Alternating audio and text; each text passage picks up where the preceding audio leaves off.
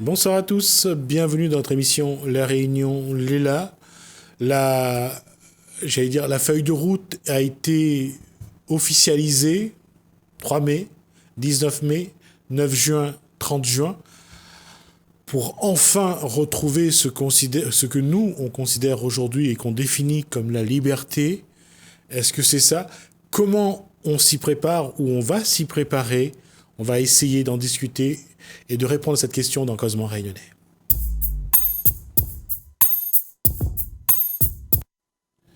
Guy Roger, bonsoir. Bonsoir, Jasmine. La première question, c'est est-ce qu'il faut s'y préparer? On n'est pas préparé déjà. Justement, c'est que on n'est jamais préparé. On n'a pas été préparé au confinement. Oui. On n'a pas été. Est-ce qu'on va se préparer au déconfinement, à retrouver la vie d'avant? Je dirais pas une vie normale. Oui. Je dirais la vie d'avant. Et dans la vie d'avant, est-ce qu'on a été préparé à tout ce qui nous est tombé dessus? Mais dans la vie d'avant, est-ce qu'on était déjà conscient que la vie qu'on vivait n'était pas la vie vraiment? C'était ce qu'on voulait dans la vie d'avant. La vie d'avant n'était pas la vie. Parce que, tu sais, la vie d'avant, il y a toujours eu des guerres, des gens qui se disputent, des gens, tu sais, les meurtres, les gens qui meurent de faim. Ça a toujours été. Et aujourd'hui... Alors, je vais rebondir là-dessus. Dans cette vie d'avant, on a accepté les choses. Oui. On s'est adapté. Oui. Contre notre volonté. Et comme dirait le guignol de Richard Virenque, souvent à l'insu de notre plein gré. Oui. Et là, on nous a imposé quelque chose. Mm-hmm. Mais ça, on n'a pas accepté. Et on ne veut pas s'y adapter. Oui. Oui. Sauf que on s'y est fait quand même. On n'a pas eu le choix. Parce que nous ne sommes pas dans la liberté déjà. Parce que nous avons peur de perdre les avantages qui nous ont été donnés dans la vie d'avant. Oui, alors justement, quand Guy Roger parle de liberté, est-ce que c'est une illusion? Est-ce qu'on s'est fait croire qu'on est libre? Oui. Est-ce que c'est vraiment la liberté? Bien sûr, on s'est fait croire. Tu sais, de partir, de prendre ta voiture et de faire le tour de l'île parce que tu es jeune et tu as eu ton permis et tu dis « je suis libre », c'est pas la liberté, ça. C'est un moyen de se déplacer. Et c'est un moyen d'avoir du plaisir. Et ce plaisir te donne l'impression que tu es libre. Mais la liberté, ce n'est pas parce que quelqu'un prend sa voiture et fait ce qu'il veut, ou quelqu'un avec son argent fait ce qu'il veut. Tu comprends? La liberté, c'est d'être, de pouvoir être soi. Mais on a vraiment en nous cette incroyable sensation de croire qu'on est libre. On est convaincu qu'on est libre. Ouais. Qu'on est libre d'aller acheter ce qu'on veut, de pouvoir faire notre barbecue à l'heure, le jour et à l'heure qu'on veut, d'inviter les gens avec qui on a envie d'être. On est convaincu que si on rentre dans une grande surface ou dans un magasin, on a la carte bleue, on met sur la machine, ça paye tout. On est libre. Oui. L'argent nous rend libre. Le pouvoir nous rend libre. Alors, si c'est l'argent qui nous rend libre, si notre pouvoir nous rend libre, on est dépendant de ça. Si tu n'as plus ça, si tu n'as pas la carte bleue, alors c'est quoi cette liberté? C'est une illusion. Parce que la liberté, c'est pour tout le monde. La liberté, c'est pas seulement pour celui qui peut. Parce que si tu peux et que l'autre ne peut pas, alors ta liberté va enfreindre l'autre. Et pour répondre à ça, demain, si on n'a plus cet argent, on n'a plus ce pouvoir, qu'est-ce qu'on fait? Il y a ceux qui choisissent le suicide. Oui. Et on l'a vu dans un pays d'Asie, la gente féminine qui avait un travail et qui ont perdu leur travail, on fait le choix de ne pas affronter leur vie sans travail et sans argent. Oui. Donc, c'est pour ça que je disais que est-ce que c'est vraiment une liberté ou c'est une prison qu'on construit? C'est une prison dorée. Et là-dedans, tu vois, toute notre existence, on nous a baratiné, à chacun d'entre nous. Fais ça, apprends bien à l'école. Tu auras une belle situation. Et avec cette situation-là, tu pourras faire ce que tu veux. Tu seras libre, tu vas réussir. Et tu vois, on nous a tous baratiné ça. Et pour nous, tu vois, c'est devenu tellement important de pouvoir faire toutes les choses qui nous donnent un peu de bonheur, un peu de gaieté, parce que tu vois, le monde tel que nous le vivons tous les jours n'a pas cette gaieté, parce qu'on répète tout le temps les mêmes choses. On va travailler, gagner de l'argent. Mais il n'y a pas de sens avec ça. Il n'y a pas de joie. Il y a juste gagner pour pouvoir s'empiffrer. Et s'empiffrer pourquoi? Pour avoir du plaisir. Mais ce plaisir, il vient de quelque chose, de ce que tu as construit. Et ce que tu as construit est éphémère. Ça n'a aucun sens. C'est un constat qui, malheureusement, est vrai. Mais qu'importe les périodes d'épreuve que l'être humain traverse, beaucoup, malheureusement, ne prennent pas conscience que la véritable vie, c'est pas d'avoir un bon travail, une belle maison, un bon compte en banque, et au contraire, et ça, malheureusement, ça va se passer après cette période où il a fallu changer la façon de vivre. Il va y avoir une course effrénée à retrouver ces postures d'avant. Voilà. Et alors, c'est pour ça que moi, je dis, celui qui a compris quelque chose, eh bien, celui-là, je dirais qu'il est béni. Parce qu'il a vu quelque chose. Il a pu prendre le temps de comprendre que la petite fleur avait une odeur. Et il s'est penché pour sentir. Et quand il a senti, c'est cette odeur qui lui a donné un sens à la vie. Parce que nous n'avons plus de sens. Nous ne voyons plus la beauté. Nous sommes tellement occupés dans nos têtes à vouloir avoir ce que nous aimerions avoir. Donc la tête occupée ne peut plus vivre, ne peut plus être présente. Oui, mais tout le monde n'est pas Diogène dans son tonneau, avec Alexandre le Grand face à lui en disant « Qu'est-ce que je peux te donner pour te rendre heureux ?» Et Diogène qui va lui répondre « Écarte-toi de mon soleil. » C'est l'être humain, lui, voit d'abord son matériel, qu'importe le matériel. Il ne voit pas la profondeur d'un sentiment, d'une affection, d'un être. Ouais, c'est pour ça que ce que nous avons construit, Gismi, le monde que nous avons construit, nous en sommes tous responsables. Oui. Ok.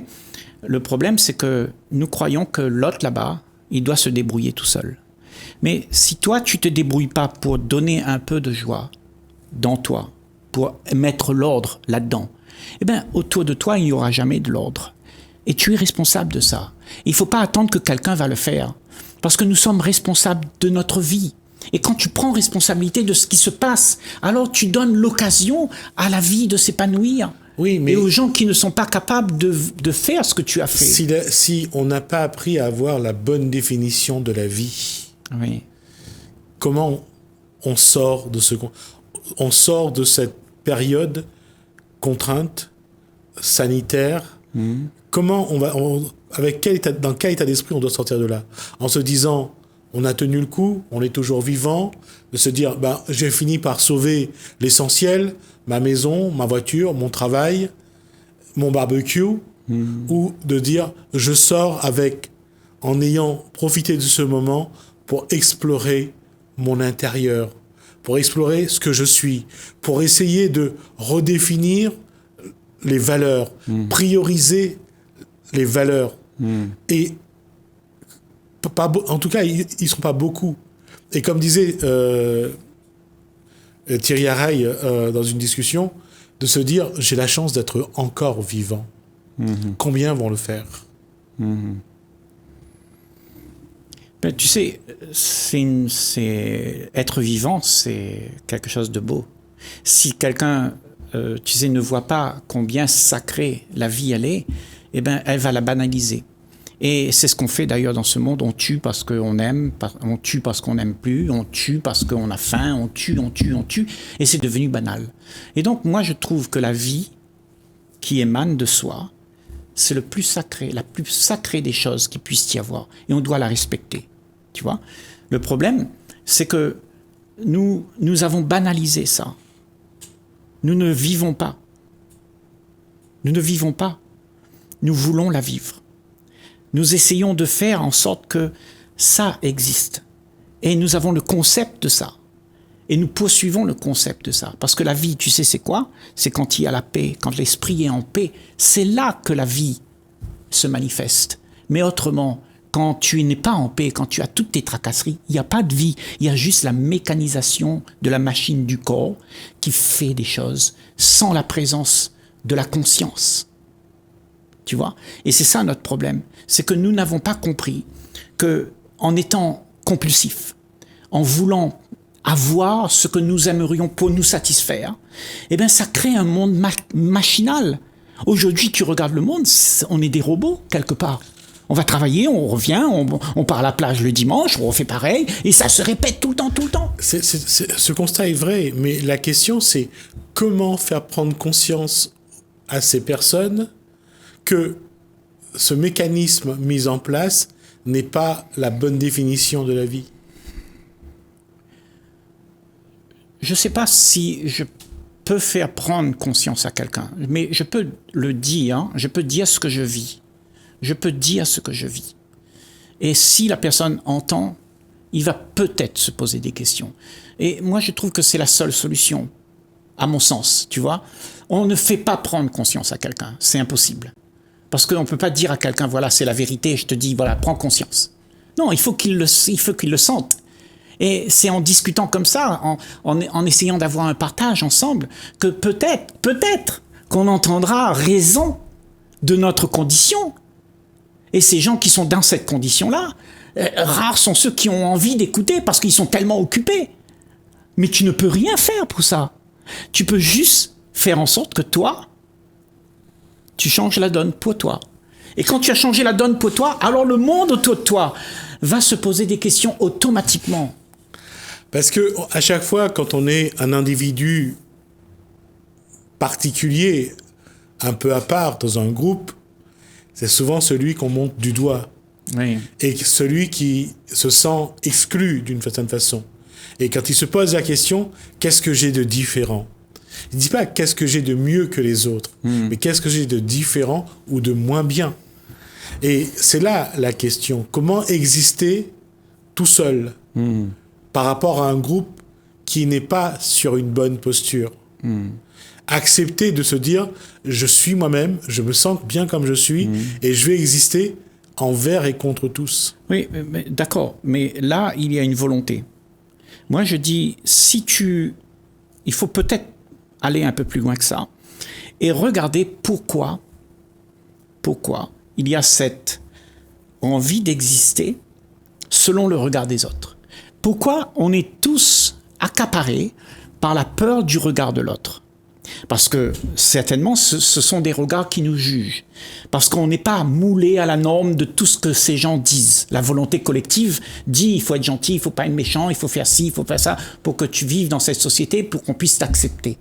Donc tu dois rentrer dans les clous, rentrer dans les normes. Et quand tu n'es pas dans les normes, parce que la plupart du temps, nous ne sommes pas dans les normes. Les gens te demandent d'être gentil, mais tu n'es pas gentil. Et quand tu n'es pas gentil, qu'est-ce que tu fais? Ben, tu joues le rôle de celui qui est gentil. Et c'est ça notre problème. C'est qu'on est toujours en train d'essayer de plaire à la société, au regard, pour qu'on puisse être accepté. Mais on joue un rôle, on n'est pas vrai. On continue en dessous du tapis, on continue à être ce que tout le désordre qu'il y a en soi continue à perdurer. Parce qu'on ne veut pas changer ça. Parce que ce désordre en soi, si tu l'abolis, tu vois, s'il n'y a plus ce désordre, eh ben, c'est là que tu es vrai. Et là, les gens ne t'accepteront plus. Et c'est ça la peur.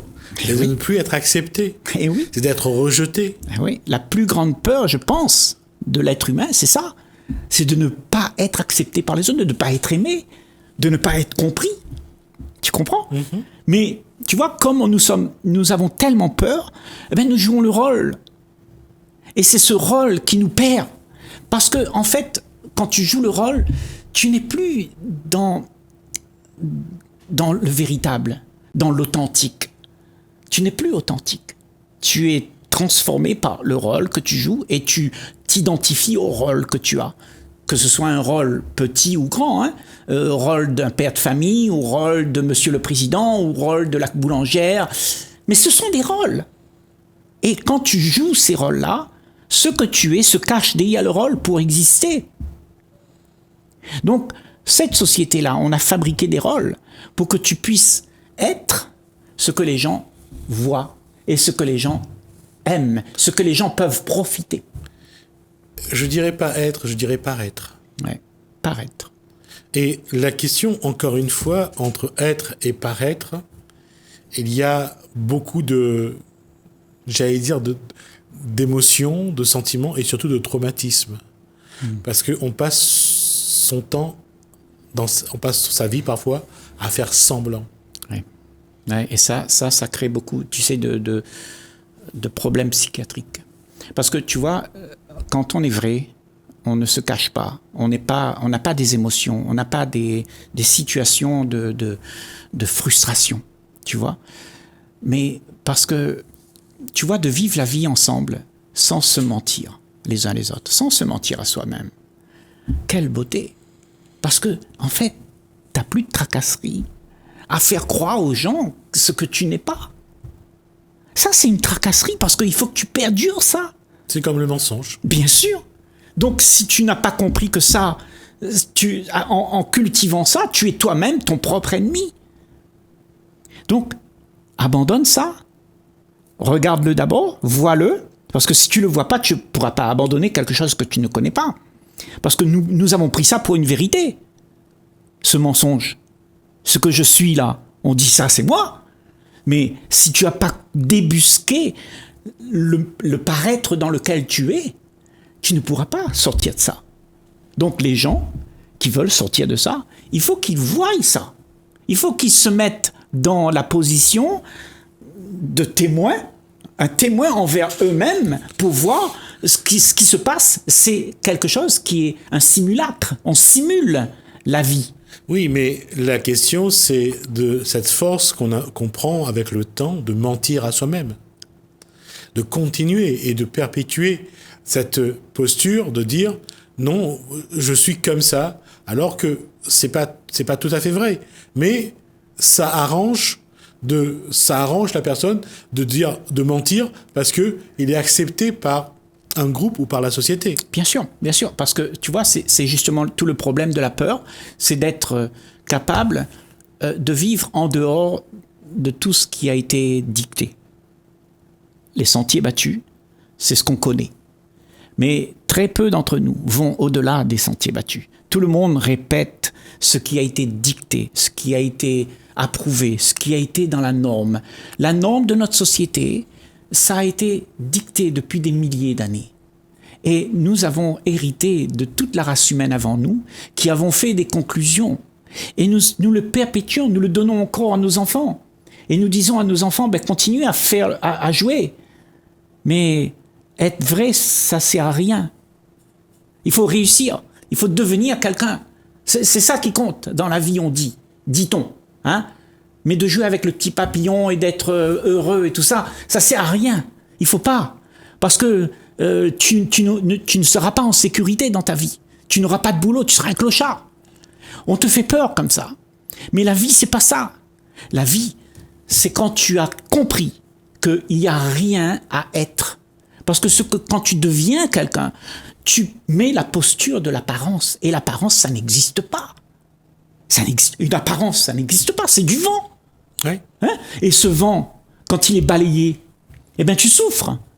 Parce que tu croyais que c'était vrai. Tu croyais que j'étais monsieur un tel très important, hein, et que j'avais mon entreprise, mais mon entreprise s'effondre. Qu'est-ce que tu fais? Mais ceci étant, dit Roger, notre société nous fabrique, nous formate comme cela. Oui.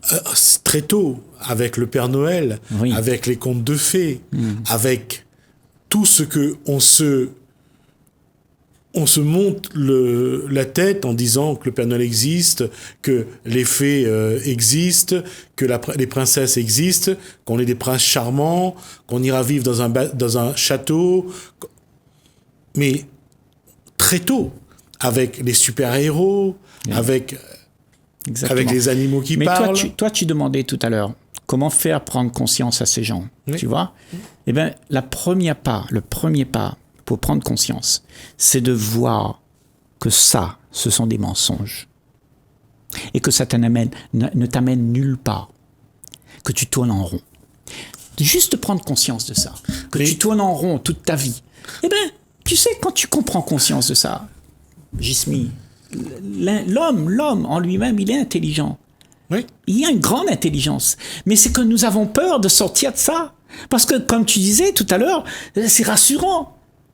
C'est rassurant. Le Père Noël, il viendra me donner des jouets. Ben, je crois, oui. Donne-moi des jouets. Parce que, tu vois, tout ce que tu prends, tu vois, ça va te remplir une satisfaction immédiate. Mais il faudra toujours renouveler ça. Parce que l'homme est un éternel insatisfait. Oui, et il y aura une question qu'on abordera la prochaine fois, c'est dans cette construction, dans cette éducation, dans cette construction, il y a un autre élément qu'il va falloir dont on parle, c'est la place de la religion.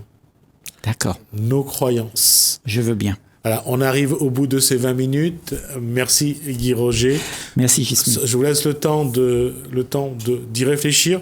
On va se poser la question la semaine prochaine, à savoir dans ce qu'on se construit, dans les espoirs, dans les rêves. Qu'est-ce que la religion apporte de bien et de moins bien, qui fait qu'à un moment ou à un autre, on remet en cause de toute façon l'existence même de Dieu. Merci. Guy Roger, on va marquer une pause, on se retrouve juste après.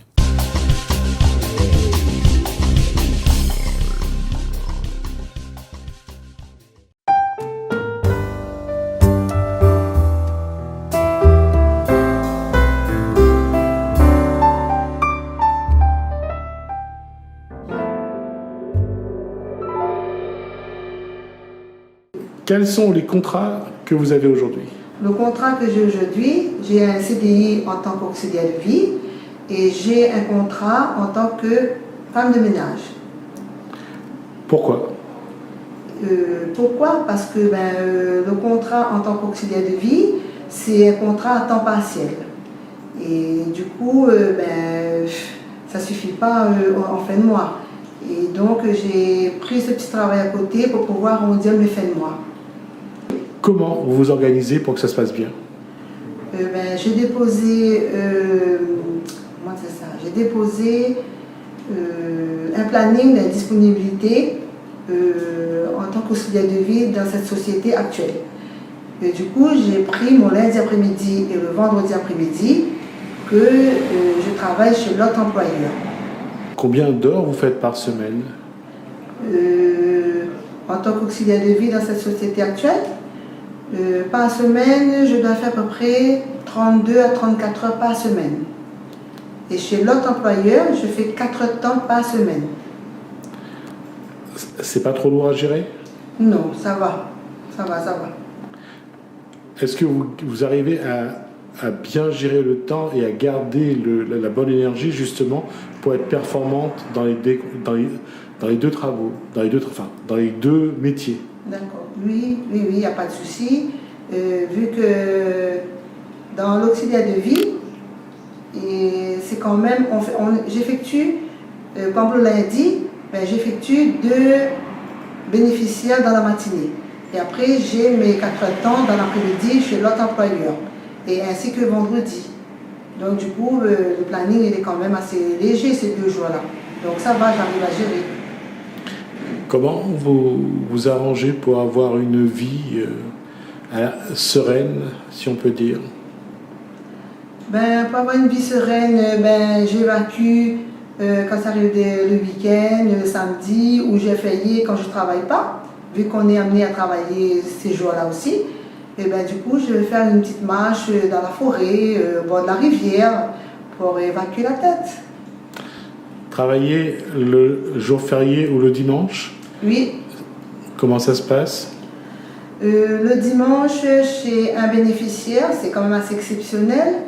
Ce monsieur-là, il est porteur de handicap, il est dans un fauteuil roulant, qu'il ne peut pas être de l'extérieur de sa maison, mais il reste à l'intérieur tous les jours. Et du coup, le dimanche matin, le dimanche, je dirais, j'interviens 3 fois dans la journée. Du coup, j'y vais le matin pour lui donner son petit déjeuner. Bien sûr, quand j'arrive, un petit moment de détente, je lui dis bonjour, comment ça va? Est-ce que ça s'est bien passé la nuit? Samedi, est-ce qu'il y a eu de la visite? Juste pour détendre un petit peu. Ensuite, je lui demande combien de tartines il veut. À ce moment-là, je prépare son tartine, son café, et puis je l'invite à table. Ensuite, je vais dans sa chambre pour ouvrir, pour aérer sa maison. Et une fois qu'il a fini, je relave tout et je lui dis à tout à l'heure à 11h. Et à 11h, comme ce monsieur-là, il est placé sur tutrice, et du coup, le dimanche, le CCAS n'apporte pas de repas pour lui. Du coup, on va dans un petit snack bar. Je vais chercher son repas, une barquette pour le midi, une barquette pour le soir. Et à ce moment-là, je prépare son assiette. Je lui dis, il vient à table, il mange, et après on refait la vaisselle. À ce moment-là, je m'assois un petit peu avec lui en attendant l'heure, parce qu'on a 1 heure de temps matin, 1 heure de temps 11h et 1 heure de temps le soir. Donc une fois qu'il a fini de manger, je m'assois un petit peu avec lui, on discute, et après je lui dis bon après-midi, et on se retrouve ce soir. Vers 17h, je retourne. Là, je demande comment ça s'est passé son après-midi, est-ce qu'il avait de la visite, est-ce que la famille est passée. Et ensuite, à 17h, je commence à préparer son repas. Et il vient à table, il mange. Vers 17h20, 17h25, il a fini. Je m'assois un petit peu avec lui, on discute, on parle un petit peu de son vécu, pour faire travailler un petit peu sa mémoire, pour stimuler un petit peu sa mémoire et tout ça. Et après, une fois à 18h, je le mets au lit, je fais le transfert, et je lui dis bonne nuit, je lui dis à demain, et je ferme sa maison, et voilà quoi.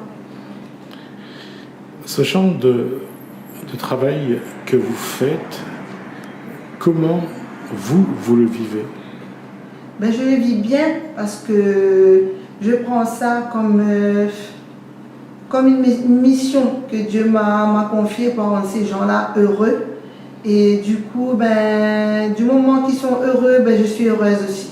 Alors du coup, je fais mon travail avec plaisir, avec joie, apporter un bien-être à toutes ces personnes qui sont fragiles, ces personnes qui sont dépendantes. Et c'est un travail merveilleux. Franchement, c'est un travail merveilleux. Bientôt, ça va faire 30 ans que je fais ce travail. Donc, j'aime bien mon travail.